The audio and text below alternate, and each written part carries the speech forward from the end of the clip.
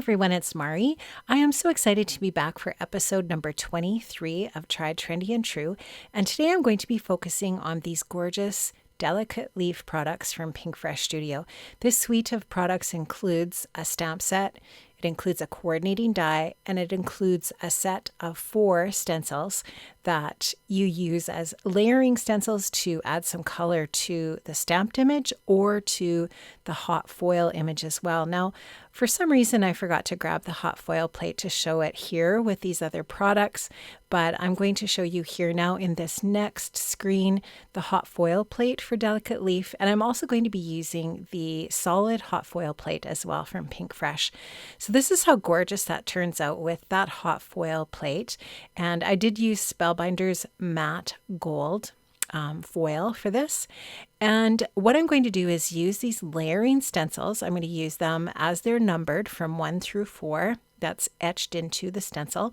And I'm going to be using Pinkfresh inks here and a Gina K blending brush to colorize this image.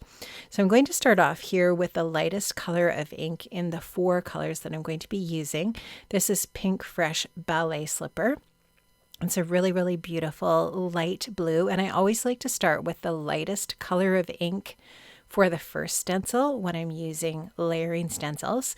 And so that for each subsequent layer that I'm going to be adding, I'm going to go up to the next darkest color. So I'm going to lay on stencil number 2 here for delicate leaf, and I'm going to use Sparkling Rose, which is slightly darker than Ballet Slipper. I'm going to grab a different blending brush this time for this darker ink. So this time I'm just using a Waffle Flower smaller blending brush, and I'm just going to go ahead and use some counterclockwise and clockwise circular motions here with the inked up brush to add the different layers of ink into these areas. Now, it's really cool how these different layering stencils have different sizes of openings in the layering stencil, just to allow you to add a certain amount of color to the next layer. So you can see here this stencil number 2, the openings are quite a bit smaller than that first stencil. So you can just see that I'm just adding a little bit of detail to each of the different little areas here. It's nice to use a smaller detailed brush for this process just because it allows you to get into those little nooks and crannies maybe a little bit more easily. It might take a little bit more time, but I do really like using these smaller detailed brushes for smaller areas. So I'm just going to finish up this area with this gorgeous color of pink, and I really do love the Pinkfresh inks. They've got 4 colors for each sort of different color family that they have in their inks, and they coordinate so beautifully together, and it really takes the guesswork out of trying to figure out what colors to use for the different color families. So really love that, and I love how these inks layer up so beautifully with these layering stencils. So that's going to finish off this layer here. I'll just do the peel reveal, and you can just see how gorgeous that is with that beautiful foiled image. And now I'm going to go on to the third stencil. I'm just going to take my time to line this up. There are etched marks for the corner of your paper, but I am using a paper that's larger than 4.5 by 4.25 by 5.5. So you'll just see that I'm just angling it on my paper and just lining it up. It's super easy to line up. I've got that taped into place now. Now I'm going with the next darkest color, which is Bubblegum, and I'm going to use a different brush this time, but Waffle Flower, it's still one of the smaller brushes. And again, just using those clockwise and counterclockwise circular motions in most cases here, and that's just going to work the ink into all of the different areas. So I love ink blending. I find it to be super, super relaxing, and I find that it is probably the easiest and my favorite way of coloring an image. It's just a lot of fun and really does take the guesswork out of figuring out how you might want to color the image in. So the layering stencils are a lot of fun, and I love that the hot foil plate allows you to create that image too in just one really quick step. It doesn't take long to do, and it does create just that really nice shimmery aspect to the image as well. Now, if you just had the stamp, you could definitely heat emboss in gold and create something similar to the foil. It just kind of depends on what tools you have in your space to do the different techniques. So this is the last stencil of the 4 layering stencils. I'm going to be using the darkest color of pink here, and this is called Raspberry Bliss. It's just a beautiful, really dark, rich fuchsia pink. I'm going to use a larger brush here this time. I think this might be a honeybee brush, and I'm going to just go in here and just add that detail there for that last bit there. You'll just see that the larger brush does definitely go a lot faster because it holds a lot more ink. So I'm not going to add it as dark as I could have with this Raspberry Bliss. Just going to do a nice little thin layer of that beautiful rich color. And when I do the peel reveal here, you'll just see how pretty and gorgeous that is. I love that so much. I love the pink with the gold. I think it's super, super pretty. Now the coordinating die just makes life super easy because now we can just take that die, we can tape that down with some low tack tape and run that through a die cutting machine just to die cut out this beautiful leaf. There are a ton of different ways you could use this on a project. It is just the most stunning embellishment for your card front, and you can just see how stunning that is now that it's all die cut out. Very easy to do. Now I took the foil that I used for the leaf and I ran it through my hot foil machine with the solid plate, and what that gave me is just this, obviously like a lot of gold, but you can see the etching in white that was left when I hot foiled the leaf. And so I took the coordinating die and I die cut that out. And so now we have the solid gold leaf and then the ink blended leaf. I'm also going to be using this ornate banner die from Pinkfresh Studio. It's gorgeous. It cuts out and die cuts the edge, but it also kind of creates a little piercing around the edges as well. And I ran that through an embossing folder from Gemini, from Crafter's Companion. This one's called Regency Floral. It actually came with my Gemini Junior when I purchased it. And it just is the perfect width for that ornate frame. So I ran that through my die cutting machine to create some nice texture for my card front as well. So that is what I am going to add to my A2 size top folding portrait card base as the background for my beautiful leaves here. So I'm going to add some foam adhesive. This is a 1/2 inch foam adhesive here. I'm going to use that on the back of this embossed piece here.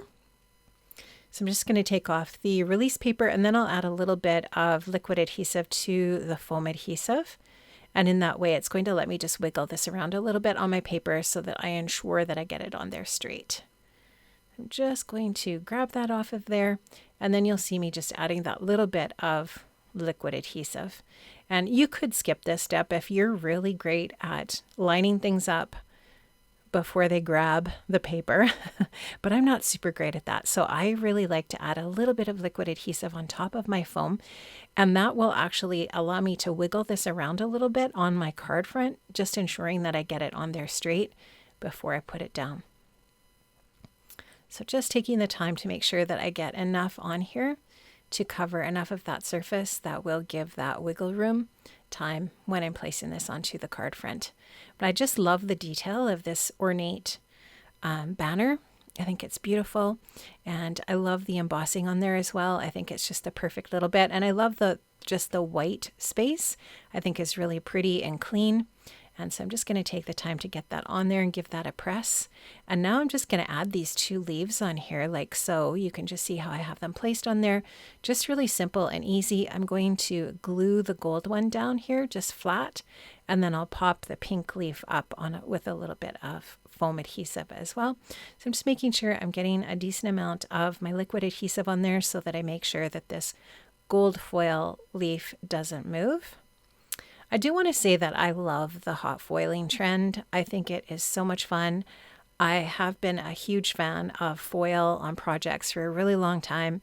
I love pattern paper with foiling, anything like that. And I think it just really creates some stunning elements for your projects. So really enjoy the hot foiling trend so much. Hope it doesn't go anywhere anytime soon. And there's so many different companies that are getting onto the hot foiling and offering hot foil elements to their different lines of product. So super fun.